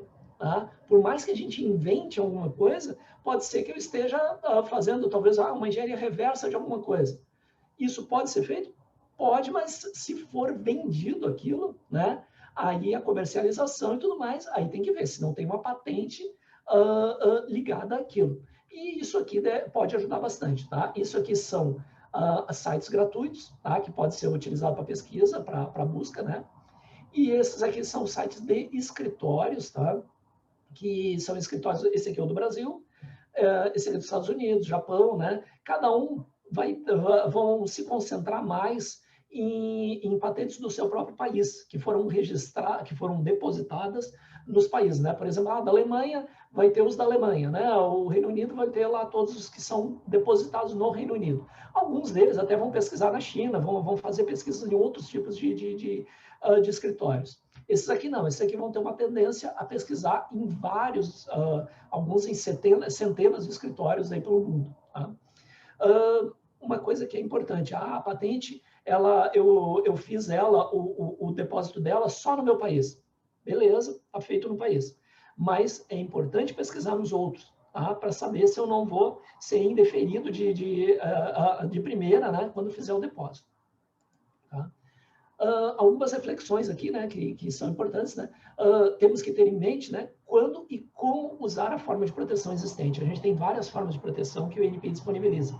Inclusive o segredo industrial, que não é disponibilizado pelo INPI, mas é a manutenção daquilo em segredo, tá? Mas ela tem vários riscos também, né? A patente, programa de computador, marca, que seriam as que mais se encaixaria, talvez, para vocês, mas talvez um desenho industrial também seja interessante. Tá? São formas de proteção, né, de propriedade intelectual. E com elas podemos captar recursos, incentivar a produção, incentivar os avanços tecnológicos. Tá? Aqui tem alguns links que são interessantes. Aqui tem a diretriz de implementação de programas de métodos, né, de invenções implementadas por programa de computador. A diretriz é nova, tá? Isso tem no site do INPI. Eu só botei o linkzinho aqui para talvez facilitar. Tá? Algumas coisas para saber o trâmite das patentes, né? E como é que seria esse procedimento, tá? Eu acredito aqui, eu tenho alguns exemplos até, mas eu acho que a gente poderia abrir para perguntas, assim, né? Se vocês preferirem alguns comentários aí. Espero que tenha esclarecido aí alguma coisa. Perfeito, Daniel, perfeito. Nós temos aqui algumas perguntas. Algumas 5 perguntas aqui, por enquanto. Vamos lá. A Marli, ela pergunta o seguinte: mudando um pouco o algoritmo que documenta o método que descreve a ideia, já seria uma outra patente? Igual se fala no registro de software. Mudou a linguagem, muda o registro? Sim, só que o que acontece? Olha só, vamos ver aqui, ó. Peraí. Aqui. Essa transparência. Por isso que eu digo que ela é bem importante, olha só. Muita coisa vai depender também quando o juiz, né, se for o caso, e quando começa a ter alguma coisa assim, pode acontecer, né? Acaba sendo o caso, e para isso serve a proteção, né? Por exemplo, se eu pegar um código de programação, né? Eu fizer em Assembly, e eu transferir exatamente a mesma estrutura, sem me importar com o algoritmo, sem considerar que tenha uma patente naquele algoritmo. Eu pegar a mesma estrutura daquele código que eu fiz em Visual Basic, C, alguma coisa assim, e eu converter para PHP, por exemplo, pegar a mesma estrutura, mesmo formato, aquilo vai ser vai estar infringindo o direito autoral, porque não interessa a conversão, é mais ou menos como eu pegar um livro e eu traduzir do português para o alemão. Se eu pegar simplesmente e fizer uma tradução, é o mesmo livro. Então, quer dizer, é a infração do direito autoral. Tá? Esse era o primeiro ponto que ela perguntou, né? O segundo ponto, eu tenho um determinado algoritmo. Aí vai depender da quantidade de alterações, tá? Que vão ser feitas nesse algoritmo, que tem uma patente, vamos presumir que tem um algoritmo que tem uma patente. Esse algoritmo, eu vou fazer N modificações nesse algoritmo, tá? E estas modificações talvez vão conferir, né, um novo pedido de patente, tá? agora, se eu começar a pegar e eu pegar esse algoritmo aqui e eu fizer só uma modificaçãozinha pequena e essa pessoa aqui entender, tá, que ela está sendo contrafeito, tá, que é o termo correto, aqui seria o plágio, né? E aqui seria contrafação, tá? Se ela está sendo contrafeita, ela vai colocar na justiça e aí vai ter que ser decidido, tá, se este algoritmo, ela primeiro vai notificar, ela vai dizer para a tua empresa, olha, este algoritmo eu já fiz, eu entendo até que tu fez uma modificaçãozinha aqui, outra ali, mas esse algoritmo é meu, tá aqui, né? Vai fazer uma notificação extrajudicial, algo assim. Se não funcionar, se não pagar royalties para eles, não se acertarem de uma forma amigável, vamos dizer assim, né? Pode chegar ao ponto de ir para ser uma decisão judicial e tudo mais. Isso existem N ações judiciais, tá? Então, quer dizer, isso é uma questão de quantidade, né, talvez um percentual até, mas aí esse ponto de chegar numa ação judicial, aí o juiz vai ter que decidir, vai contratar um perito. Isso se tornam processos caros, né? Acabam, em muitos casos, acabam as empresas se acertando mesmo em pagar royalties e direitos um para o outro, mas aí a vivência do pessoal de escritórios, da vivência de juízes mesmo, né? Então, eu não saberia dizer assim a que ponto vai ser essa sobreposição, por exemplo, né? Uhum. Mas, certamente, a proteção, ela está ali, tá? Não sei se respondi as duas etapas dela ali, né? Os dois pedidos dela. Perfeito. A patente do método, a Marlene novamente pergunta, a patente do método tem tempo de publicação que fica em espera até formalizar? Sim, olha só. O que acontece? A gente tem, qualquer patente, tá? Não necessariamente... Eu só vou complementar, porque de repente você já, né? Porque ela continua assim, ó, se demorar, não dá chance de outros implementarem o método por estar publicado antes da patente sair oficialmente? Exatamente. Olha só. Aí o que acontece? Vamos ir para essa outra transparência aqui, que ela não está... Peraí, eu acho que eu botei para cá. Não, mais para frente. É só um instantinho.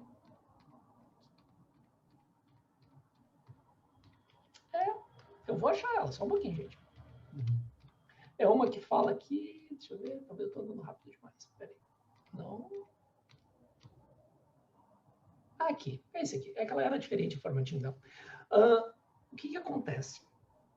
Quando a gente faz uma proteção de uma propriedade intelectual, tá? Ela é a partir da data que começou a proteção. No pedido de patentes, a data que vai começar a proteger aquele algoritmo é a data do depósito da patente. A partir daí, não interessa se ou foi uma publicação obrigatória, que é essa daqui feita após 18 meses, que aí o INPI vai fazer essa publicação, ou se for depositado internacionalmente, a gente vai ter uma publicação internacional, ou se for uma publicação em artigo de revista, se for uma publicação da indústria, chegar e fazer vamos dizer assim, ela faz uma propaganda do produto dela e mostra o algoritmo lá no folder lá de apresentação da empresa. Não tem problema, contanto que seja depois da data do depósito. Se fizer isso antes da data do depósito, vamos dizer que a pessoa fez uma publicação antes de depositar. O próprio autor tem até 1 ano para fazer o depósito do pedido de patentes. Se nesse meio tempo um terceiro fizer um depósito de patentes, por exemplo, nenhum dos dois ganha. Tá? Isso é um ponto.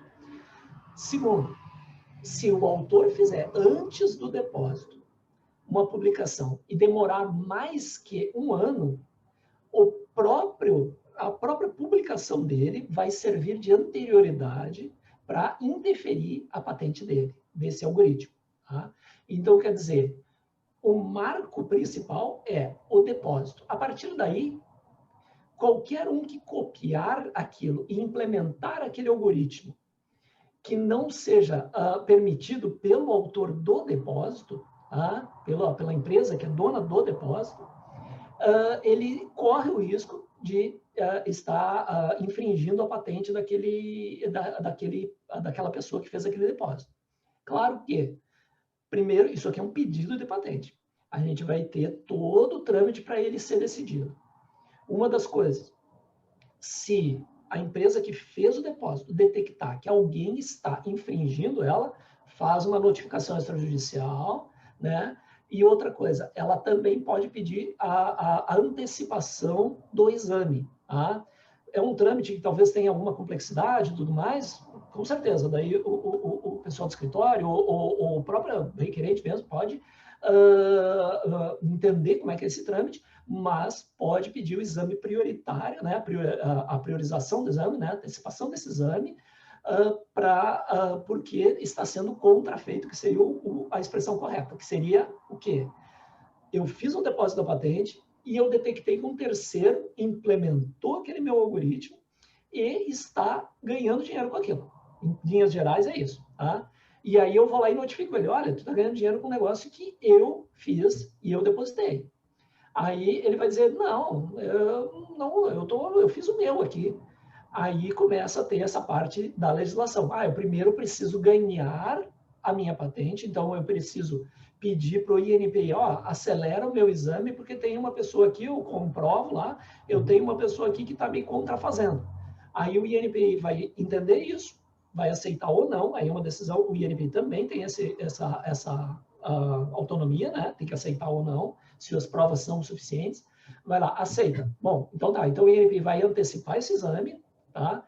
Vai fazer o exame, e aí com a patente concedida, aí sim tem o direito de dizer que existe uma contrafação, porque até então era só uma expectativa de direito, mas todos os direitos de receber daquela pessoa que estava fazendo a contrafação, esses direitos, eles vão a partir daquela data ali de notificação, tá? Ou de alguma data que seja comprovado que foi notificado, tá? Que aquela pessoa tomou ciência de que já existia uma patente naquele objeto, né? E depois, mais adiante, o juiz comprovou, não, sim, está sendo feita uma contrafação aqui e todos esses direitos têm que ser pagos retroativos a partir da data da notificação. Então, quer dizer, é um processo complexo? Sim, é um processo complexo, mas esse é o momento em que a gente está fazendo pelo lado da proibição, né? Isso é importante. Exatamente, é muito importante eu proteger para poder proibir um terceiro de fazer o que eu estou fazendo. O outro ponto de vista eu estou protegendo para aquele terceiro que tu mesmo citaste, né? Aquele terceiro que, por exemplo, eu não depositei. Aquele terceiro vai lá e implementa o meu algoritmo e deposita.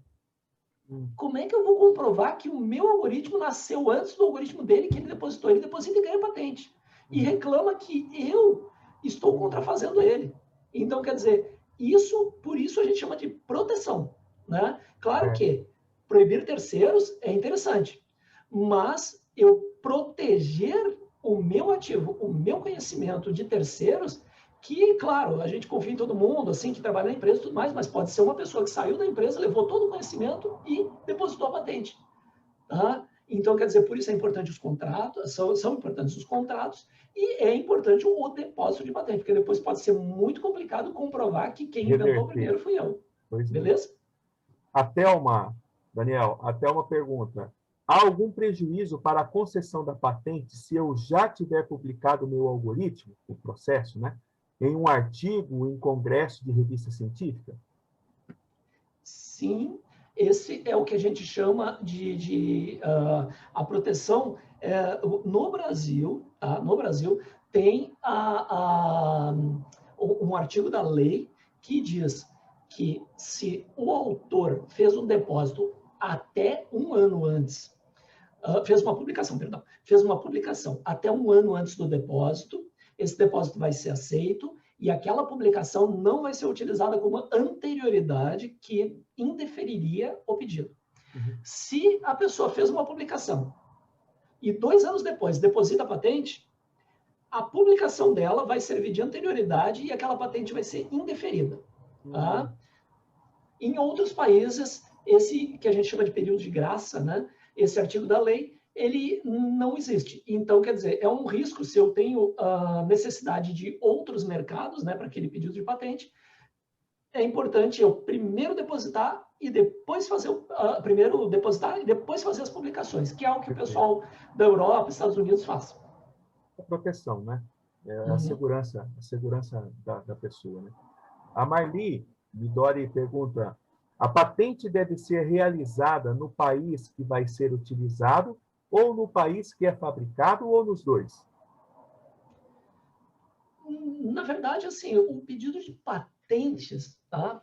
Ele é uma coisa que, por exemplo, o INPI não tem como testar as coisas, tá?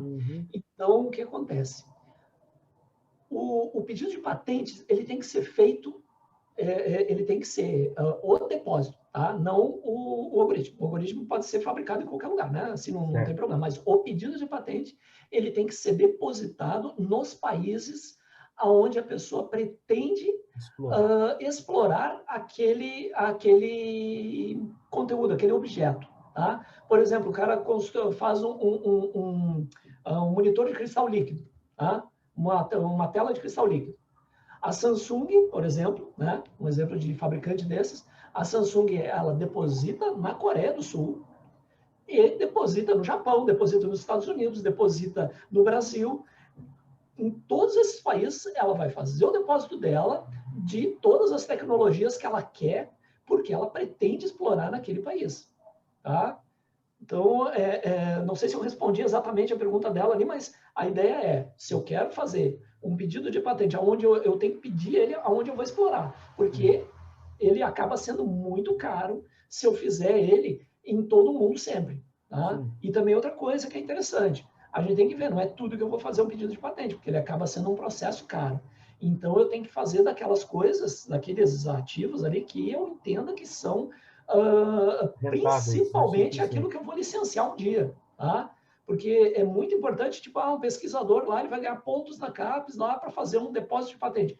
É importante, é interessante, mas é mais importante ele fazer um depósito de patente daquilo que ele tem uma previsão, talvez já tenha até um parceiro que vai ajudar no desenvolvimento para chegar a licenciar aquele pedido. Tá?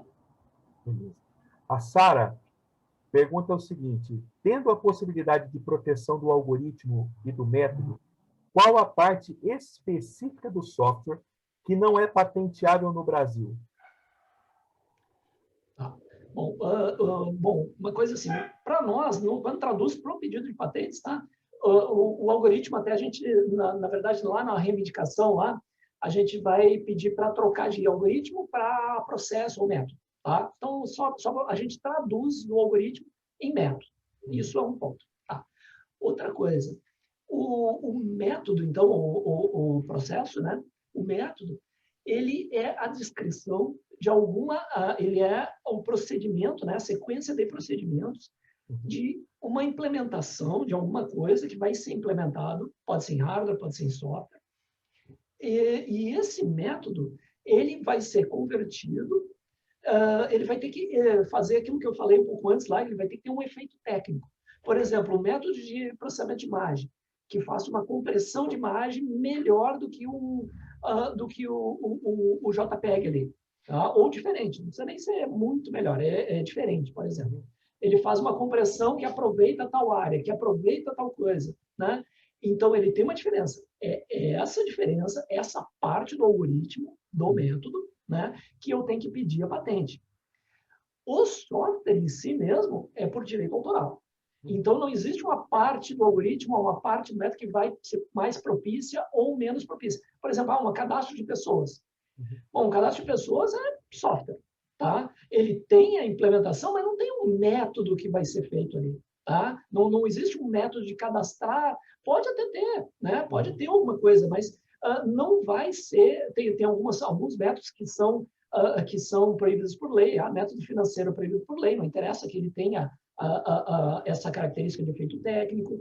Tem alguns métodos que vão ser proibidos por lei. Método cirúrgico é proibido por lei. Então, quer dizer, o método cirúrgico, apesar de ter uma atividade inventiva lá, o cara fez um método cirúrgico, mas o que aconteceria? Ele proibiria outro médico de fazer aquele método? Então, eu não poderia salvar uma vida. Então, quer dizer, a lei, de forma geral, ela proíbe o método cirúrgico, quando vai ser implementado numa pessoa, ele é proibido. O equipamento cirúrgico, não.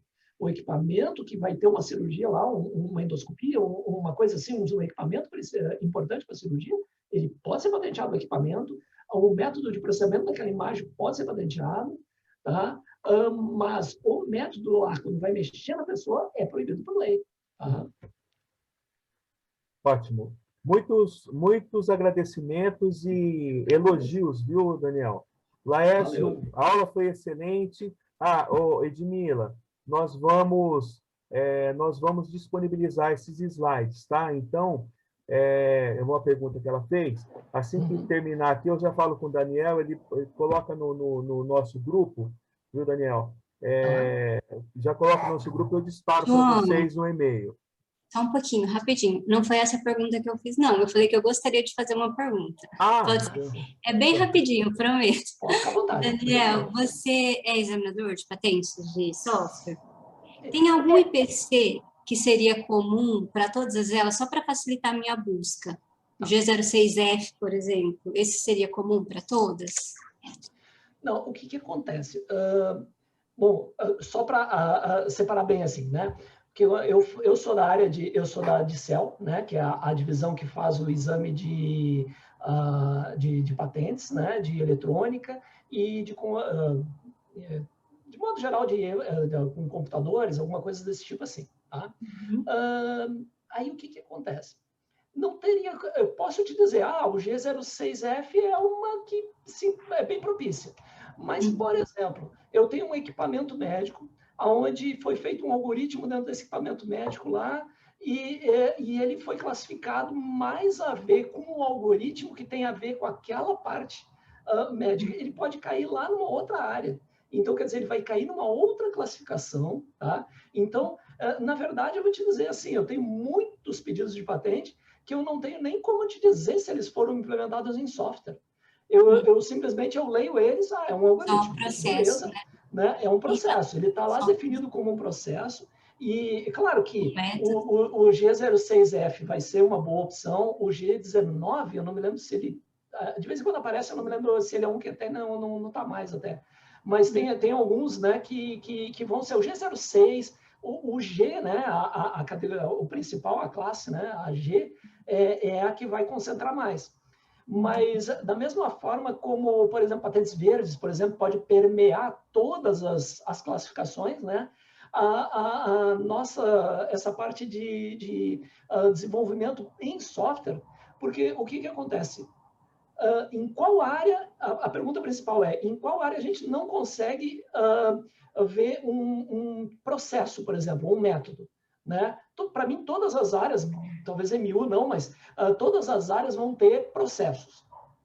Aí a segunda pergunta é, qual processo eu não consigo implementar por software? Essa é a pergunta principal que a gente tem que se fazer.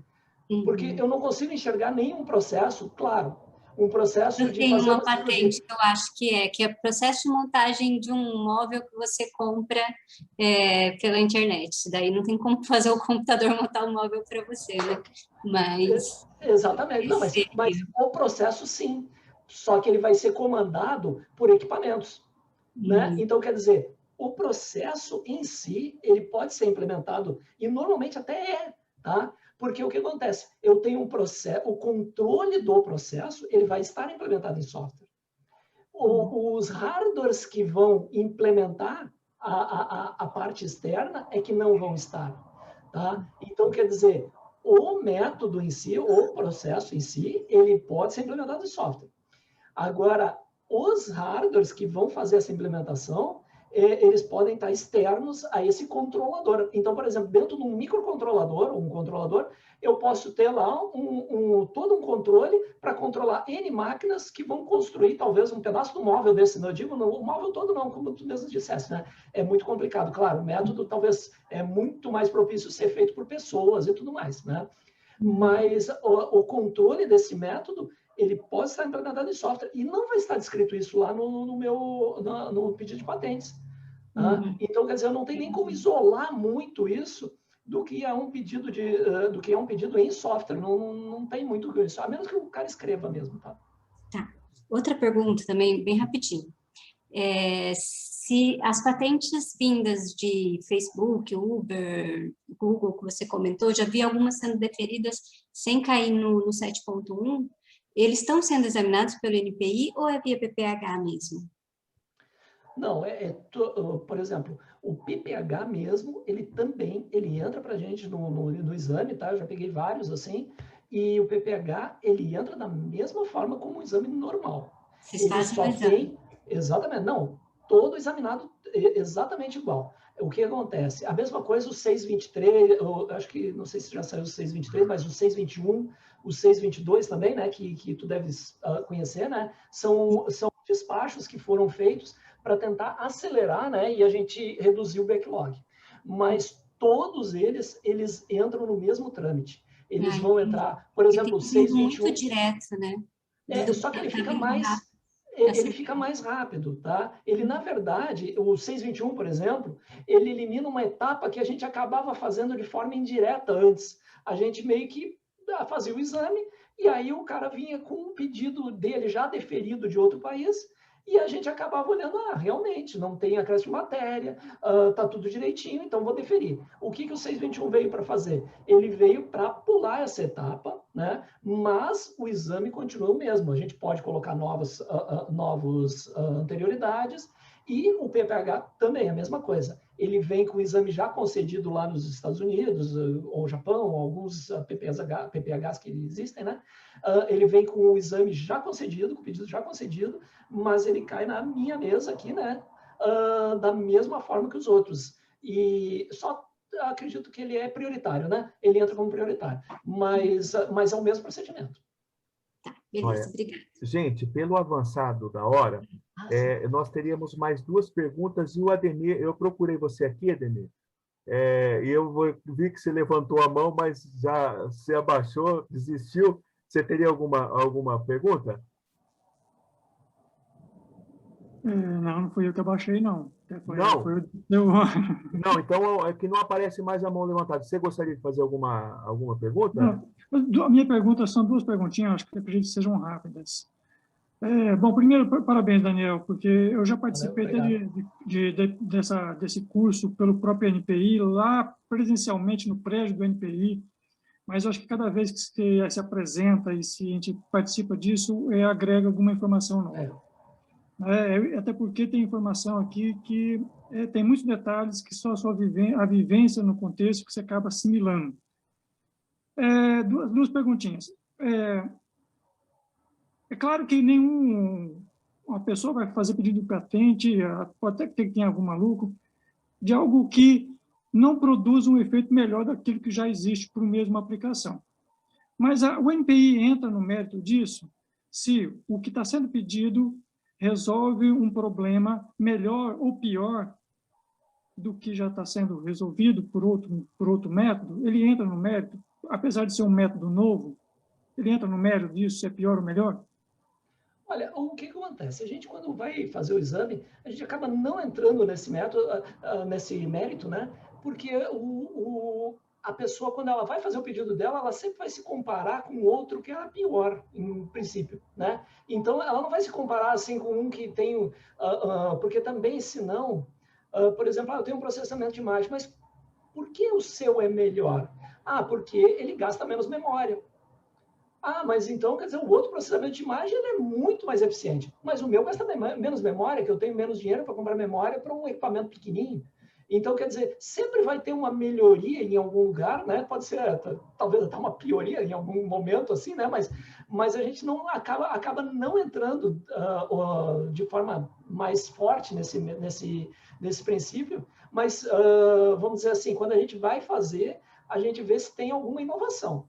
Mesmo porque também, se a pessoa fizer uma coisa pior do que outros, aquilo não vai ter mercado. Então, a patente em si, ela pode até ser concedida, mas ela vai ser uma patente irrelevante, assim, né, inócua, né? Então, acaba não tendo muito como a gente entrar também nesse mérito, porque também a gente não implementa as coisas. Né? A gente, quando eu entrei no INPI, até imaginava assim, vou ter um laboratório lá para fazer as coisas, né? Mas aí eu parei para pensar, não, mas espera aí, um pedacinho de uma usina hidrelétrica, como é que eu vou testar isso, né? É impossível. Então, a gente tem que ficar tudo à base do papel mesmo, não tem que ser acreditando como a pessoa diz. E, normalmente, as pessoas vão dar as características positivas, né? Então, não tem como entrar muito nesse mérito, assim, de que vai ser melhor ou pior. Tá? Não, perfeito. Foi o que eu imaginei, porque... Na legislação até diz que tem que ser uma melhoria funcional, né, e tal. A legislação diz assim, e é assim mesmo. Mas é comparado a que nível aquela melhoria, né? Ele sempre vai utilizar no texto dele, vai dizer, olha, esse aqui era pior do que tal coisa, eu melhorei isso, tá? A segunda pergunta, acho que é rapidinho aí, se você consegue responder. Eu já fiz uma pesquisa lá na base do MPI e não consegui encontrar. Existe algum pedido, alguma patente concedida na área, nesse contexto nosso aqui de algoritmo, aqui no Brasil? Na verdade, o que acontece? Existem N patentes que vão implementar métodos, tá? Agora, de novo, né, a software, o INPI não concede patente. Então, de software em si, que é o que diz na lei, tá? Que é o código, ele vai ser protegido pelo direito autoral. Então, para não haver sobreposição, não pode ter patente, né? Certamente tem centenas delas, só que elas vão estar, vamos dizer assim, estruturadas, né, num formato de um processo ou de um método. Então, por exemplo, tu pode encontrar N patentes concedidas. A Edmila ali falou, né? Se tu procurar na classificação C06F, acho que 1/00 mesmo, ou mais adiante ali, uma 17, alguma coisa assim, né? 1700, alguma coisa assim. 17/22. 1722, por exemplo, exatamente. Se tu procurar nessas classificações mais específicas, certamente tu vai encontrar métodos, né, que vão ser, tu vai olhar para eles e vai dizer, pô, mas isso aqui é só em programa de computador para implementar. Mas, porque não vai ter, como é que o cara vai fazer um negócio de engrenagens, de coisas assim? Mas é o método, não o código. Tá? Então, sim, tem N, né, e muitas mesmo, tá? De processamento de imagem, todas essas aí vão ser implementadas em software, mas o que vai estar lá é o método. Daniel, para a gente encerrar e passar régua, porque o Rodrigo está aqui até agora, nós estamos com 14 participantes, é o Guerreiro que ficou aí com a gente. Ele pergunta o seguinte, essa é a última, tá? Para a gente ir embora. Para mim tá tranquilo. Supondo que alguém deposite uma patente, daí então, durante as etapas da avaliação da patente, venha um parecer indicando que ficou faltando algo na submissão para a patente ser concedida. Isto é necessário algum tipo de modificação sobre a versão do produto depositado. A pergunta dele, se alguém já tiver solicitado a mesma coisa, mas já incluída a modificação sugerida na avaliação, quem terá o direito? Não, o que acontece? Quando a gente deposita um pedido de patentes, não tem muito volta, né? Tipo, eu depositei eu depositei naquela data. A partir dali, são pequenas modificações que vão ser feitas para adequar, mas eu não posso ter uma coisa que é o artigo 32 da lei, né? Que é o acréscimo de matéria. Eu não posso incluir coisas que sejam suficientemente relevantes para mim entender que, opa, peraí, teve acréscimo de matéria. Ele pediu lá uma cadeira e agora ele está incluindo os braços dela e tudo mais. Não dá. É que nem um livro. O livro, quando eu faço a publicação do livro, eu publiquei ele, aquilo é minha autoria. Agora eu vou e 3 meses depois eu incluo mais 4 capítulos. Aqueles 4 capítulos, a data deles é dali em diante.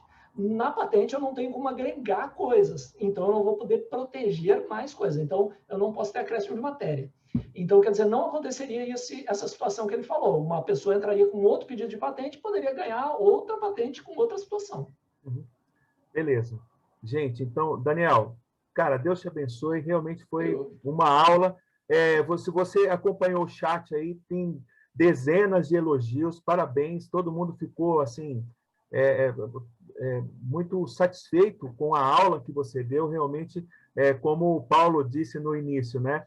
É um dos melhores profissionais aí do Brasil na matéria. Então, parabéns, obrigado, gente. Obrigado, Edmila, obrigado, Paulo, por investir aqui com a gente. Professor, Uma palavra final de despedida. Marcelo, obrigado por você ter participado com a gente na realização. INPE, né, na pessoa do Rodrigo, uma pena que ele não está conosco, mas dia 17/5 haverá um outro evento. Professor, a palavra está com o senhor e para despedida e um bom final de semana a todos. Eu fico aqui. Bom, eu gostaria de agradecer muito a vocês aí, tá, pelo convite. É sempre bom, a gente aprende também muito quando vai fazer até na preparação das transparências, assim também a gente começa a aprender. A gente entende também que as empresas têm dificuldade de entender também qual a necessidade de fazer o uso dessas proteções, tá? Então, o importante que eu entendo é vocês fazerem vamos dizer, procurarem ajuda para fazer isso, e isso é um papel muito importante aí que o pessoal da Software by Maringá, né? A Software by Maringá é um pessoal indicado também para fazer esse auxílio, né? Então, eu agradeço muito o convite, tá? E muito obrigado a todos aí.